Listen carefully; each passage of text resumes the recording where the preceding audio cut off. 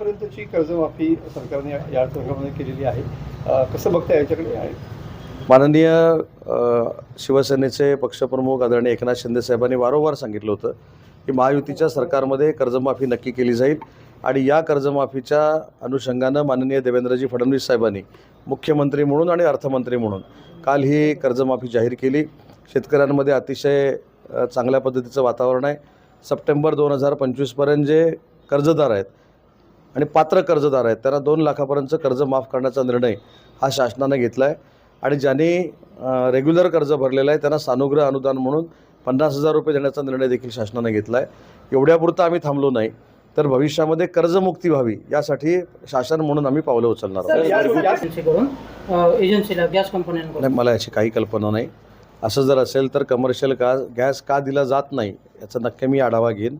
परंतु commercial gas द्यायचा नाही. कोणीतरी आज दिलं की जो आखाती देशामध्ये युद्ध चालू झालेलं आहे त्याच्यामुळे इथलं इंधन संपलेलं आहे. कुठं इंधन काही संपलेलं नाही. या देशाच्या पातळीवर 2 महिने इंधन पुरेल एवढा स्टॉक इंधनाचा देशाच्या पातळीवर आहे.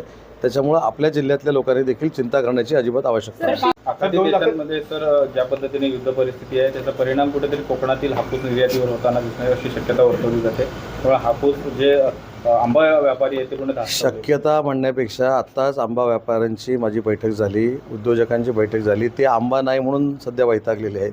तर निर्यातीचा प्रश्न नंतरचा आहे. आधी मागच्या वर्षीपेक्षा 80% उत्पादन कमी झालं आहे.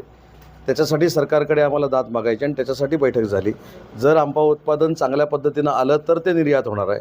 त्याच्यामुळं निर्यातीच्यापेक्षा सध्या आंबा बागायतदारांवर जो प्रसंग उद्भवलेला आहे त्याच्या पाठीशी शासन ठामपणाने उभं राहील यासाठी मी बैठकीचं आयोजन केलं होतं.